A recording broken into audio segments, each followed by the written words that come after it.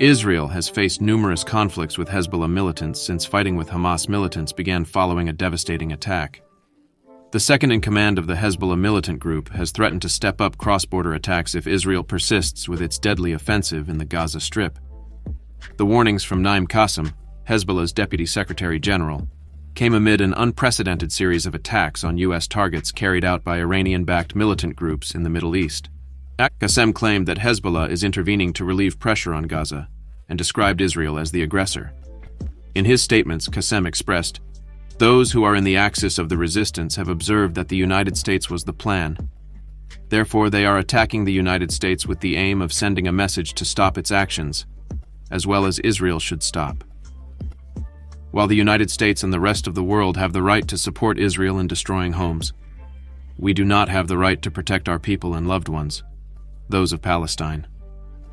Separately, it was announced that Iranian-backed militants in Yemen had launched a series of drones against Israeli targets the previous day.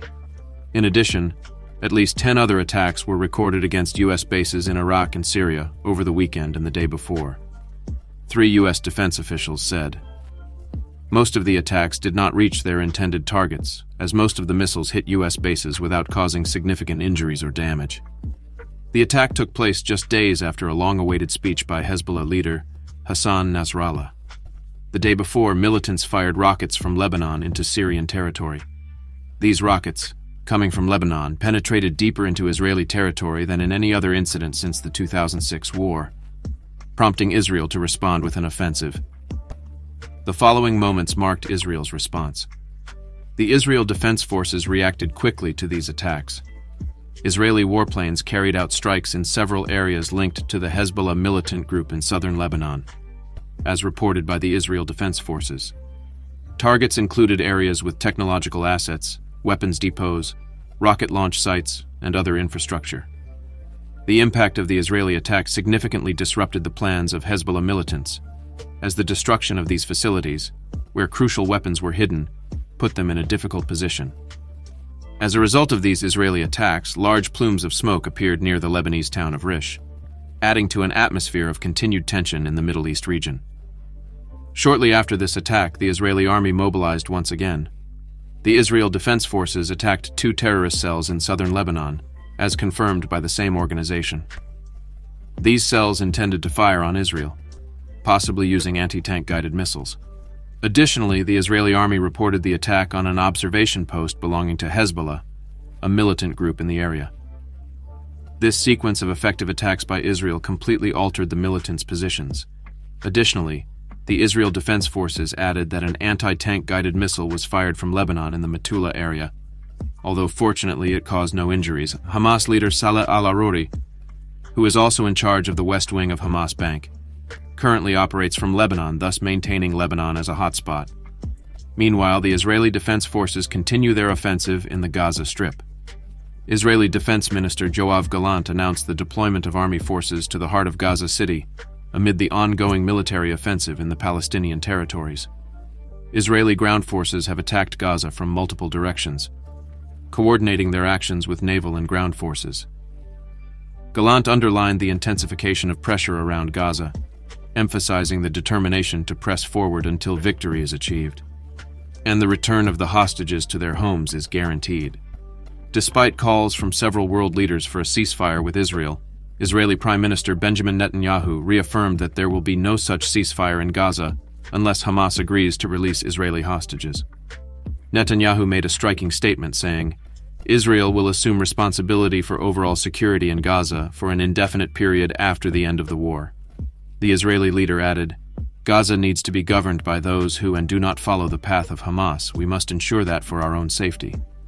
I think that for an indefinite period of time we assume responsibility for Israel's security because we have witnessed what happened. It remains to be seen how the population of Gaza reacts to the end of the war and Netanyahu's possible subsequent leadership." Late in the day, a very unfortunate development occurred. Doctors Without Borders reported the death of Mohammed Alel, a laboratory technician for the organization in Gaza. Alel lost his life in a bomb attack in the Shadi refugee camp, where several members of his family also perished. The tragic situation occurred while Alel was at his home and the area was bombed, causing his building to collapse. This employee had been helping the international aid organization for more than 2 years. Following the incident, the organization issued a statement emphasizing that despite its repeated calls for an immediate ceasefire, they received no response, insisting that this measure is crucial to prevent further senseless losses in Gaza and ensure adequate humanitarian assistance in the region. Last night, Israel also faced an unfortunate incident within its borders. Israel's Iron Dome defense system experienced a failure. The shocking images that emerged as a result of this malfunction shocked the Israeli public. This system is designed to intercept short-range weapons and prevent them from reaching their targets. However, on this occasion, interceptor missiles were spotted lighting up the sky over Tel Aviv. Fortunately, no deaths were reported as a result of this technical error. This setback surprised and alarmed the population. The cause of this incident is being investigated, but early findings suggest that it may have been caused by a magnetic storm on Earth. According to the Israel Defense Forces, the CIA is working closely with Israel on intelligence issues to plan the rescue of hundreds of hostages held by Hamas. Israel Defense Forces spokesman Daniel Hagar said CIA Director Bill Burns met with Israel Defense Forces Chief General Harry Halevi to discuss joint efforts to free the hostages. Burns has been traveling to several countries in the region, with Israel being his first stop, to coordinate actions with different intelligence officials. During the meeting between Burns and Halevi, intelligence materials were shared on operations and strategies aimed at the release of the hostages. Hagar also noted that each hostage has his own intelligence file that is being closely monitored. On the other hand, the Palestinian Ministry of Health in Ramallah reported that more than 70% of the 10,000 people killed in Gaza were unarmed. James Elder, spokesperson for UNICEF, supported the accuracy of the mortality figures reported from Gaza, noting that they closely match those offered by groups linked to the Ministry of Health in Gaza, controlled by Hamas. Many countries have condemned the serious humanitarian crisis. Belgian Prime Minister Alexander de Croo expressed his dismay at the Israeli attacks on civilian infrastructure in Gaza, particularly mentioning that the attacks on the Jabalia refugee camp are totally unacceptable. For his part, the Kremlin spokesman expressed his deep concern about the catastrophic humanitarian situation. Likewise, the Secretary General of the United Nations reiterated his call for an immediate humanitarian ceasefire. Despite these requests, Israel Defense Forces spokesman Rear Admiral Daniel Hagar made it clear that there will be no ceasefire, mentioning that it is never using its own population as human shields.